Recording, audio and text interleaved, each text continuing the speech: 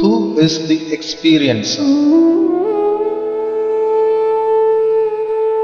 Actually, one should attend so very carefully and understand this matter of who is the experiencer.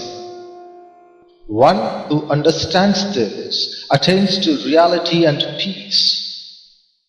We always experience something.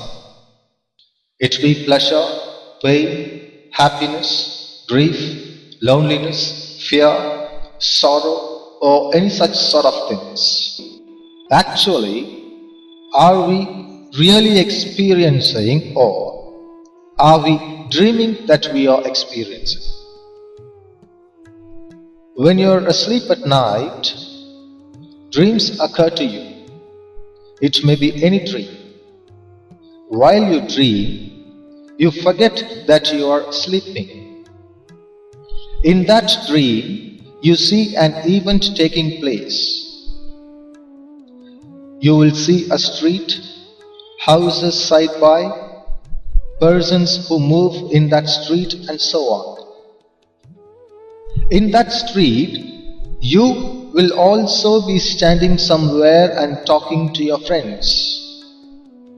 Suppose a dog chases you and your friends. You all will split and run. You may take a turn into some lane and start running. To you, the dog is real, the street is real, your fear is real, and your running is also real. You are wearing a particular colored dress, that is real. A lady who shouts at you is real. Her voice is real. What all you see in that event is real, and the experience which arises out of that perception is also real. You have seen that a dog chases you, and in that perception you experience fear. That fear is real. Now, to whom does the fear arise in the actuality? Is not to the person who sees a dog and runs? Are you really that person? Or the person who is sleeping in bed is really you? The person who sees a dog and runs, who resembles you, is the real experiencer, not you. When you wake up from bed, the person who experienced fear is no more. You will see that the dog is a dream, the street, friends, houses, lane, the lady and her voice, all are dreams. But the most essential thing to know is the experiencer of that fear, who resembled you, is equally a dream entity. The real you, who is lying down on the bed, is not the experiencer at all. You come to know that only when you wake up. Now, watch out your various dreams. The same thing happens in different situations and events of dreams. The entity or the person who is experiencing is a fictitious entity. Watch out your dreams carefully. The pain in it is real, the pleasure in it is real, and the fear, sorrow, happiness, and all the feelings are real. And the experiencer of all these is not really you, but a dream entity, a fictitious entity who resembles you, who reside in the same field of dream world and dream street. That dream person can run, walk, sit, laugh, cry, sleep, and can do everything that your real body does. And in that doing, that fictitious entity or fictitious person experience things accordingly. And because you identify yourself with that fictitious entity or person which resembles you, makes you say that I am experiencing. Now, making yourself very clear with this understanding and perception regarding the experiencer, can you now see what happens when you experience in the real world after you wake up from bed? Suppose you experience suffering in the wakeful state. Do you really experience it? Does your real physical body experiences it, or does the same fictitious entity which you saw in your dream experiences? The same dream entity which was experiencing in your dream still exists subtly in your wakeful state also and starts experiencing in your wakeful state. If one starts seeing this, then one's ignorance is torn and everlasting peace exists just in front. Let us see this once again of who is experiencing in the wakeful state. In the state of your suffering, do you really suffer, or are you thinking that you are suffering? What is thinking? If you think of some event, do you not project a world? Do you not think of the other person? What happens there? In your thinking, you see a street or a house or some place where you see some person over there, and at the same time you see you also entering that place and talking to that other person as same as it occurred in dream. In that situation, the you that has entered and talked to the other is experiencing that event or situation in your thinking. But actually, the real you is sitting somewhere else. We give a term to this as thought. But in actuality, it is a dream. The same dream entity which has experienced when you are asleep is still the experiencer now too, even in the wakeful state. The only thing is, this fictitious entity is not so vivid in your wakeful state. Since it is not so vivid in your wakeful state, that doesn't mean that you are experiencing. Still, that dream entity only is the experiencer, not you. Why is that dream entity not so vivid in your wakeful state? It is because your eyes are open to this real world. And since your eyes and consciousness are open to this real world, you are unable to see that fictitious entity's movements vividly.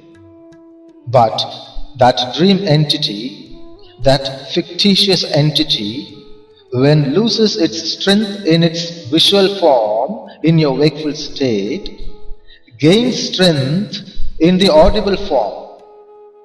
Its sound as words becomes so vivid in your wakeful state and in turn visual in the sleepy state. Visual state also is ever present in the wakeful state without any decrease, but we are unable to see it vividly since our eyes are open. That's the point here. If you think about the other person, That other person is a dream entity in your thought. At the same time, the you who is looking at that other person is actually not the real you. It is that fictitious dream entity who resembles you is looking and talking to that other person in your thoughts. That fictitious entity is experiencing the fictitious other person in your thoughts. The scene, which is the other person, and the seer, which is you, both are thoughts. The other person is a thought. The seer of that other person, which you claim you, is also a thought. The experienced is a thought, and the experiencer is also a thought. The term thought is nothing but dream. The experiencer is a dream. The experienced is a dream. When you experience happiness, pleasure, pain, sorrow, fear, and the like, you imagine that you are experiencing. In that imagination, you imagine the other person, and in the same way imagine yourself in a particular dress, in a particular pose, in a particular place, with a particular set of words, and allow your imaginary entity to experience the imaginary scenario. And you identify yourself with that imaginary entity which resembles you, and got convinced that it is you who are experiencing. Actually, you are not really experiencing anything. You are not the reason for thoughts or dreams also. You are not thinking intentionally, although it appears so. If you watch carefully, you can see that thought comes automatically like a dream, taking a scenario which consists of the other persons and the you-like entity, and it itself chooses a temperament, it itself chooses the dialogues, it itself plays a skit and gets away. It gets away taking the you-like entity, the other person, and the object seen all together. You believe that the other person and the objects perceived or thoughts and the you-like entity who is the experiencer of those is real. But thought brings the you-like entity too, as it brings the other persons and the objects.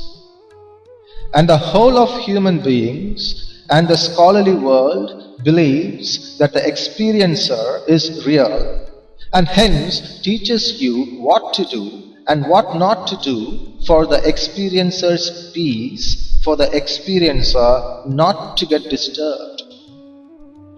They have tried all the formulas and philosophies on themselves and on others to give peace to the experiencer, but ended in vain. Now, one who understands this properly should understand it directly while experiencing something. After understanding it directly in yourself, look at your physical body and be with it, because that is the real you as of now. You should make yourself saying, let my physical body experience anything, either it is pain or pleasure, happiness or sorrow. I don't mind, but let me see whether I am really experiencing or merely dreaming. And if you see the truth, then that truth will lead you. When thoughts arise, you must watch your physical face, physical hands and physical body and try to settle with it. You must not watch in the mirror. See and feel your physical body and its reactions totally because you want that the real you should experience something. The real you being your physical body as of now.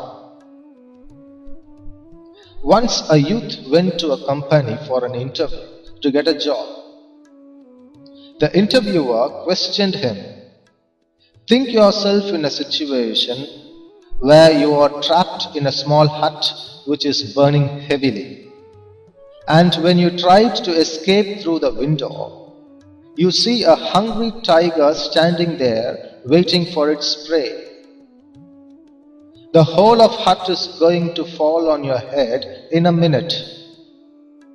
How will you escape from this danger?" In asking this question, the interviewer gave a poor look at the youth, which gestured that there is no answer for this question. He gave 5 minutes time to answer this question and was very confident that this youth cannot give an answer of escape because no previously interviewed has answered it.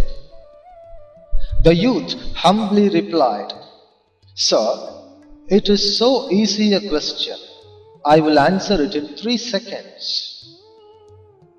The interviewer got astonished by this reply and asked, "Can you? Come on, tell me. But be sure that you are escaping from that danger. Now tell me the answer in 3 seconds." The youth replied, "Sir, I will stop thinking it." The interviewer got confused at this answer and asked, "What do you mean?"